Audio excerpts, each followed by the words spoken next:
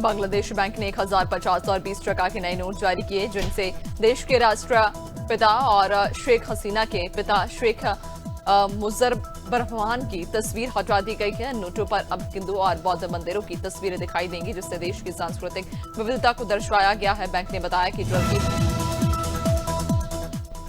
नेपाल में राजशाह की और हिंदू राष्ट्र की मांग को लेकर जारी आंदोलन को सरकार ने सख्ती से दबाने की तैयारी शुरू कर दी है। बीते 5 दिनों में तेज होते इस आंदोलन में अब तक 61 लोगों पर मुकदमा दर्ज हो चुका है, जबकि कई प्रमुख नेता गिरफ्तारी के डर से अंडरग्राउंड हो गए। काठमांडू का रिंग रोड क्षेत्र में 2 महीने के लिए प्रतिबंधित घोषित किया गया है।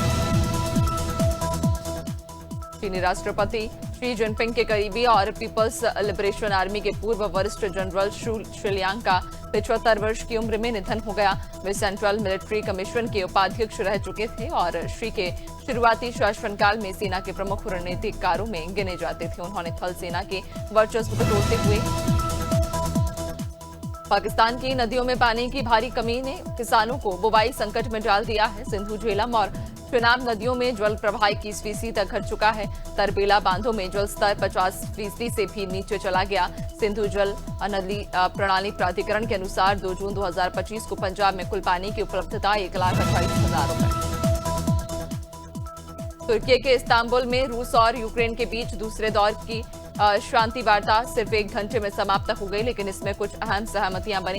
दोनों देश गंभीर रूप से घायल और बीमार युद्धबंदियों की अदला बदली को तैयार हो गए हैं। साथ ही मारे गए सैनिकों के शव भी एक दूसरे को लौटाए जाएंगे। यूक्रेन के रक्षा मंत्री ने सभी युद्धबंदियों देश में कोरोना संक्रमण फिर से सिर उठाने लगा है। सक्रिय मामलों की संख्या बढ़कर 3,976 हो गई, जिनमें सबसे ज्यादा 1,435 केस केरल में, महाराष्ट्र में 506 एक्टिव केस। पिछले 10 दिनों में संक्रमण के मामलों में 15 गुना बढ़ोतरी दर्ज की गई है।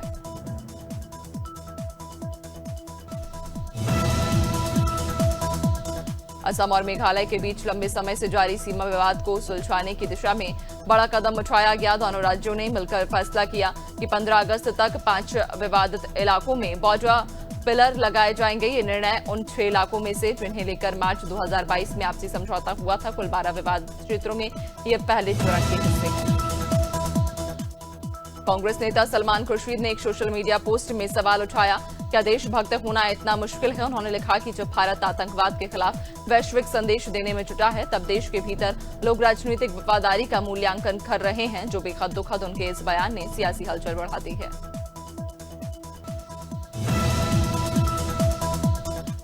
15 जून को होने वाली नीट पीजी परीक्षा को लेकर national board of examination in medical sciences ने स्थगित कर दिया है। ये फैसला सुप्रीम कोर्ट की उस टिप्पणी के बाद आया जिसमें कोर्ट ने कहा था कि परीक्षा एक ही शिफ्ट में होनी चाहिए और अगर जरूरी हो तो सरकार समय ले सकती है। परीक्षा की नई तारीख अगली सूचना तक घोषित नहीं की जाएगी।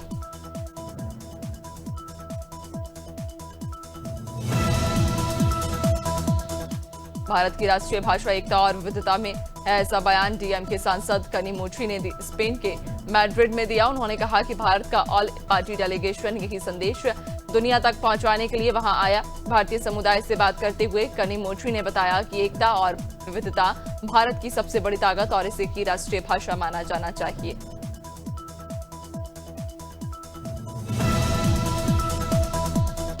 अपने खास अंदाज के लिए मशहूर खान सर ने शादी कर ली है और 2 जून को रिसेप्शन पार्टी भी दी। इस दौरान वे अपनी दुल्हनिया के साथ स्टेज पर हाथ पकड़कर पहुंचे। वीडियो में उनकी पत्नी लाल लहंगे और चेहरे तक घूंघट में नजर आई। पटना के शगुना मोड़ पर बैंक्वेट हॉल में रंग बिरंगी लाइटों और खूबसूरत फूलों से पार्टी का माहौल सजाया गया। फैंस के लिए पल काफी खुश। दिल्ली के चांदनी चौक में 2 हथियारबंद बदमाशों ने कपड़ा व्यवसायी विकी जैन के कार्यालय में घुसकर गोलियां चलाई और 35 लाख रुपए लूट लिए। लूट के दौरान एक तीसरा शख्स नीचे खड़ा था। घटना सीसीटीवी में कैद हो गई। पुलिस ने बताया कि कार्यालय का कांच का दरवाजा टूटा हुआ था और तुरंत मौके पर पहुंचकर जांच शुरू कर दी गई है।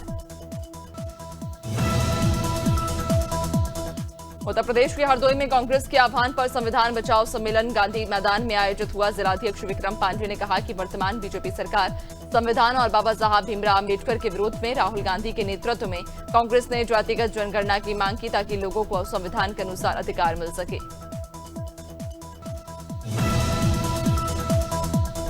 जबलपुर कोतवाली थाने के दहेज प्रताड़ना मामले में जिला न्यायालय ने आरोपी पति नितिन शुक्ला को 10 साल कैद और 2 लाख रुपए जुर्माना दिया है। 6 आरोपियों अनूप तिवारी और अतुल तिवारी को दहेज प्रतिषेध अधिनियम के तहत 1 साल की कैद और 1,000 रुपए अर्थदंड से दंडित किया। इस केस में सास कल्पना तिवारी की सुनवाई के दौरान मौत हो गई थी। जबलपुर सिविल लाइन थाने के दुष्कर्म मामले में आरोपी को जिला न्यायालय ने 10 साल कैद और 12,000 रुपए जुर्माने की सजा सुनाई। आरोपी ने 7 जून 2016 को विवाह का झांसा देकर पीड़िता को अपने घर ले जाकर जबरन दुष्कर्म किया था, लेकिन बाद में शादी करने से इनकार कर दिया था। पुलिस ने आरोपी को गिरफ्तार कर जेल भेज दिया था। मऊ के गाजीपुर तिराहे पर भाजपा नेता अशोक सिंह ने अब्बास अंसारी पर बड़ा बयान दिया। उन्होंने कहा कि अब्बास अंसारी की सदस्यता रद्द होना दुख की बात नहीं, क्योंकि ये लोग समझदार भी नहीं और सदन में रहने लायक भी नहीं। साथ ही पुलिस की तारीफ करते हुए कहा कि पुलिस ने अब्बास अंसारी के खिलाफ मुकदमा दर्ज कर उन्हें सजा दिलाने में अच्छा काम किया है। मुजफ्फरनगर में नकली किताबें छापने वाले सिंडिकेट का बड़ा खुलासा हुआ। पुलिस ने नकली एनसीईआरटी किताबों की फैक्ट्री को जब्त कर रेड मारी, जहां लगभग 3 करोड़ रुपए की नकली किताबें और मशीन उपकरण बरामद किए गए। गोदाम से 1,33,000 तैयार नकली किताबें और प्रिंटिंग प्रेस, कटर मशीन समेत अन्य सामग्री जब्त की। मध्य प्रदेश के नैनपुर में नाबालिग से 3 साल तक शादी का झांसा देकर दुष्कर्म करने वाले आरोपी को पुलिस ने मात्र 5 घंटे में गिरफ्तार कर लिया। पीड़िता ने रविवार दोपहर थाने में शिकायत दर्ज कराई थी, जिसके बाद शाम तक आरोपी, जो कि उसका पड़ोसी था, वो गिरफ्तार कर मंडला कोर्ट में पेश किया गया। आरोपी पर पॉक्सो एक्ट समेत अन्य धाराओं में केस दर्ज किया गया है।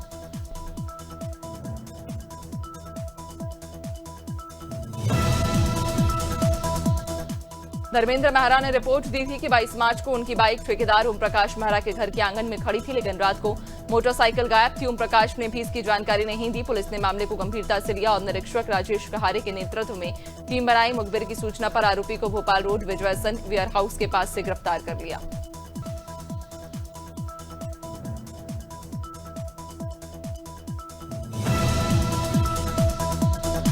दिल्ली में एक सिरफिरे आशिक ने एक तरफा प्यार में युवती की बेरहमी से हत्या कर दी। मामला महरौली थाना क्षेत्र का। आरोपी ने जहांगीरपुरी से युवती को अपने साथ संजय वन इलाके में लाकर चाकू से कई बार वार कर उसकी जान ले ली। हत्या के बाद पहचान छिपाने के लिए आरोपी ने शव को जलाने की भी कोशिश की।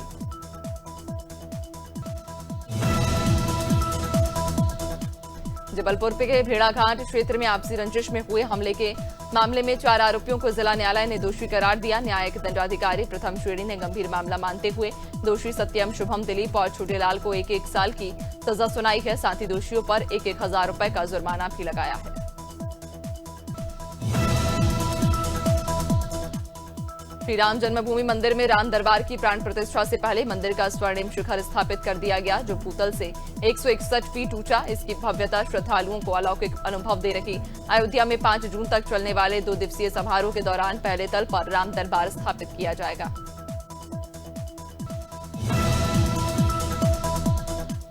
बहराइच के थाना हरदी क्षेत्र में आदमखोर जानवर ने एक बार फिर हमला कर दिया। ननिहाल में मां के साथ सो रखे 3 साल के मासूम को रात में उठाकर ले गया। सुबह बच्चा गायब मिला।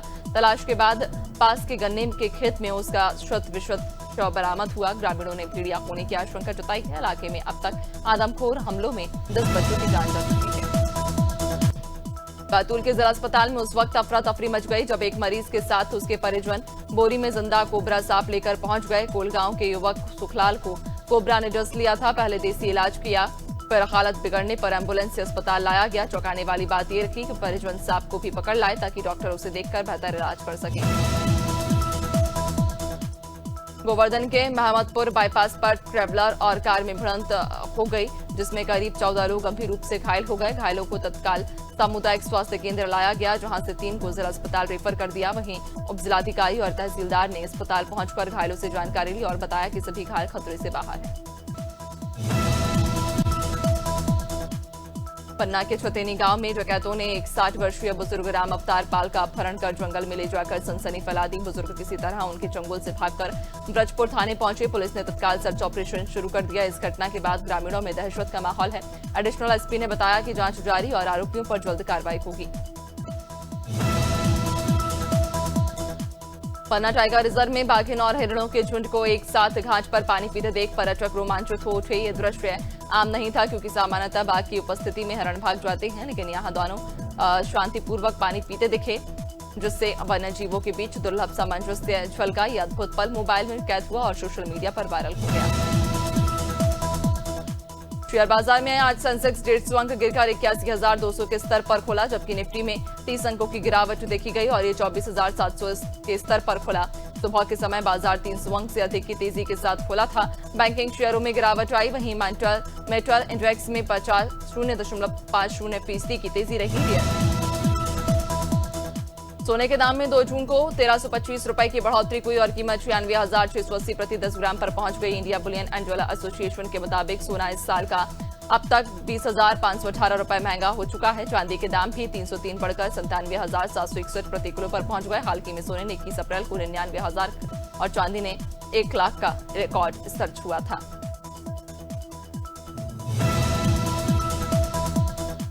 आने वाले दिनों में लोन लेना सस्ता हो सकता है, क्योंकि 4 से 6 जून के बीच आरबीआई की मॉनेटरी पॉलिसी कमेटी की मीटिंग होनी है। एक्सपर्ट्स का अनुमान है कि इस बार रेपो रेट में 0.25% की कटौती हो सकती है। इससे पहले हुई 2 बैठकों में कुल 0.50% की कटौती हो चुकी है, जिससे रेपो रेट अब 6% हो गया। मॉनेटरी पॉलिसी कमेटी में कुल 6 सदस्य होते हैं।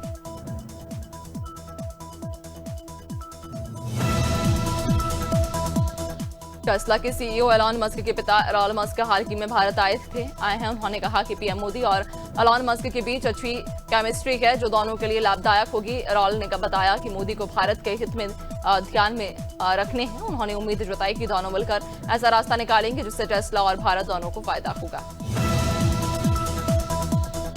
इंडिगो की रांची के लिए उड़ान भरने वाली फ्लाइट की 2 जून को दोपहर में लगभग 10 से 12 नॉटिकल मील दूरी पर रांची एयरपोर्ट पर गिद्दे से टकराव हुआ। इस वजह से एयरबस 320 को इमरजेंसी लैंडिंग करनी पड़ी, जो लगभग 40 मिनट बाद सफल हुई। पक्षी टकराव विमान के लिए बंदूक की गोली जितना खतरनाक होता है। IATA की एनुअल जनरल मीटिंग 40 साल बाद भारत में हुई। प्रधानमंत्री मोदी ने कहा कि इस दौरान भारत ने बड़ा बदलाव देखा और आज भारत का aviation sector global air transport industry में एक प्रमुख खिलाड़ी बन चुका है। उन्होंने बताया कि भारत सिर्फ बड़ा मार्केट नहीं, बल्कि पॉलिसी, लीडरशिप, इनोवेशन और समावेशी विकास का प्रतीक भी है। टेस्ला फिलहाल भारत में कार निर्माण की योजना से दूर। केंद्रीय मंत्री कुमार स्वामी ने कहा कि कंपनी की मैन्युफैक्चरिंग में कोई रुचि नहीं है और वह केवल 2 शोरूम खोलना चाहती है। टेस्ला ने मुंबई के बांद्रा कुर्ला कॉम्प्लेक्स में शोरूम के लिए जगह तय की है और 25 से अधिक कर्मचारियों की भर्ती की है, लेकिन स्थानीय उत्पादन पर हाल उनकी योजना नहीं है। IPL फाइनल से पहले अहमदाबाद के नरेंद्र मोदी स्टेडियम में ऑपरेशन सिंदूर थीम पर क्लोजिंग सेरेमनी होगी। इस कार्यक्रम में 3 सेनाओं के प्रमुखों को आमंत्रित किया गया है। हालांकि उनकी उपस्थिति अभी पक्की नहीं है। पूरे स्टेडियम को तिरंगे की लाइट से सजाया जाएगा। इसके अलावा शंकर महादेवन अपने बेटों के साथ लाइव परफॉर्म करेंगे, जिससे सेरेमनी और खास हो जाएगी। IPL 2025 का फाइनल आज पंजाब किंग्स और रॉयल चैलेंजर्स बेंगलुरु के बीच अहमदाबाद के नरेंद्र मोदी स्टेडियम में शाम 7:30 बजे से खेला जाएगा। दोनों टीमें लंबे समय से टाइटल का इंतजार कर रही हैं, जिसमें पंजाब दूसरी बार और बेंगलुरु चौथी बार फाइनल में पहुंची। 3 साल बाद लीग को नया चैंपियन मिलेगा, क्योंकि आखिरी बार नया विजेता 2022 में गुजरात टाइटंस थे। IPL 2025 का फाइनल मुकाबला अहमदाबाद के नरेंद्र मोदी स्टेडियम में होगा, जहां रॉयल चैलेंजर्स बेंगलुरु और पंजाब किंग्स की टक्कर होगी। हालांकि 3 जून को 62% बारिश का अनुमान, जो मैच को प्रभावित कर सकता है। पहले ही क्वालिफायर 2 में बारिश के कारण 2 घंटे की देरी हुई थी। फैंस की संख्या अधिक होने के कारण 80,000 से अधिक ऑनलाइन टिकट बिक चुके हैं। साउथ अफ्रीका के विकेटकीपर बल्लेबाज हेनरिक क्लासन ने इंटरनेशनल क्रिकेट से संन्यास ले लिया है। उन्होंने सोशल मीडिया पर कहा कि वह अपने परिवार के साथ ज्यादा समय बिताना चाहते हैं। 33 वर्षीय क्लासन ने 60 वनडे मैचों में 2141 रन बनाए, जिनमें 4 शतक और 11 अर्धशतक शामिल। पिछले साल उन्होंने टेस्ट क्रिकेट को अलविदा कहा था।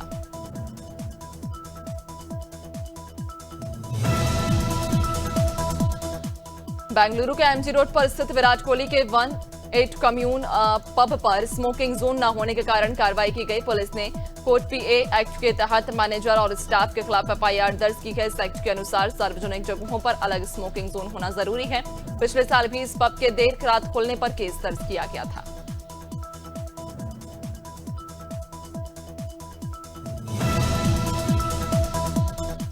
एक्टर कार्तिक आर्यन इस समय अपनी अपकमिंग फिल्मों को लेकर चर्चा में बने हुए। वो जल्द ही अनन्या पांडे के साथ फिल्म तू मेरी मैं तेरा तू मेरी में नजर आने वाले हैं। वहीं अब इस फिल्म से कार्तिक और अनन्या का फर्स्ट लुक सामने आ गया है। फर्स्ट लुक के साथ ही डायरेक्टर करण जौहर ने फिल्म की रिलीज डेट को भी रिवील कर दिया है। एक्टर हर्षवर्धन रानी की फिल्म सनम तेरी कसम को जब रिलीज किया गया तो इस फिल्म ने बॉक्स ऑफिस पर शानदार कमाई की। इस फिल्म के दोबारा रिलीज के बाद से वो हर जगह फेमस हो गए हैं। वहीं अब एक्टर के एक हाथ और फिल्म लग गई है। इसकी जानकारी एक्टर ने इंस्टाग्राम पर एक पोस्ट शेयर कर दी है। बॉलीवुड एक्ट्रेस सोनाक्षी सिन्हा आज अपना 38वां जन्मदिन मना रही हैं। उन्होंने अपने करियर में कई फिल्मों में काम किया।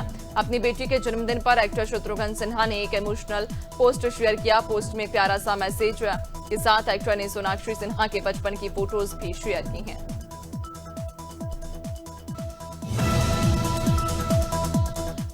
एमटीवी के famous show Roadies double cross को फाइनली अपना विनर मिल गया है। शो की trophy gang leader Elvish Yadav की गैंग के कुशाल तंवर उर्फ गुल्लू ने जीत लिया। इस सीजन में बतौर गैंग लीडर पहली बार शामिल होने वाले एल्विश यादव ने जीतकर शो में अपनी अलग छाप छोड़ दी है। फिनाले में गुल्लू ने यह ट्रॉफी अपने नाम की है।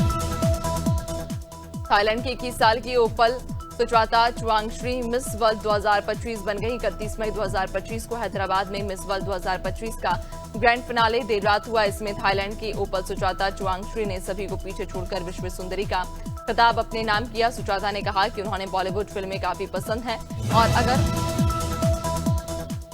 असम में भारी बारिश के कारण 5.35 लाख से अधिक लोग बाढ़ की चपेट में। राज्य के 22 जिलों के 1254 गांव प्रभावित हुए, जहां बाढ़ और लैंडस्लाइड से अब तक 11 लोगों की मौत हो चुकी है। 15 नदियां उफान पर, जिससे सड़क, रेल और नाव सेवाएं प्रभावित हुई। राहत कार्य में 165 शिविरों में 31,212 लोग ठहरे हैं।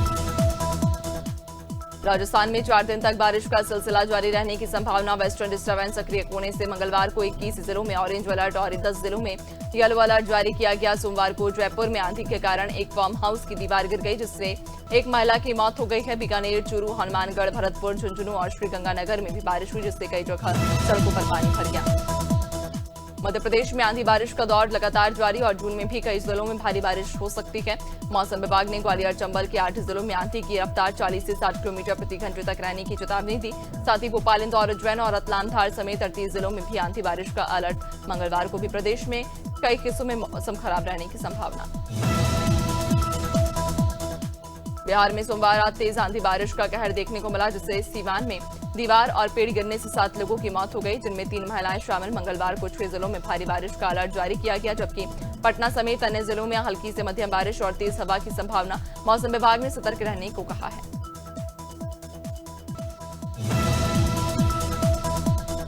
उत्तर प्रदेश के सुल्तानपुर में तेज आंधी से एक कैंटीन उखड़कर कार पर गिर गई, जिससे कई पेड़ उखड़ गए और छज्जा टूट गया। बारिश के कारण तापमान 7 डिग्री गिरकर 42 से 23 डिग्री सेल्सियस पर आ गया। झांसी, कानपुर देहात, फतेहपुर और सुल्तानपुर में बारिश हुई। फतेहपुर के चौड़गरा कस्बा में भी तेज बारिश दर्ज हुई। लखनऊ में सुबह से बादल छाए रहे।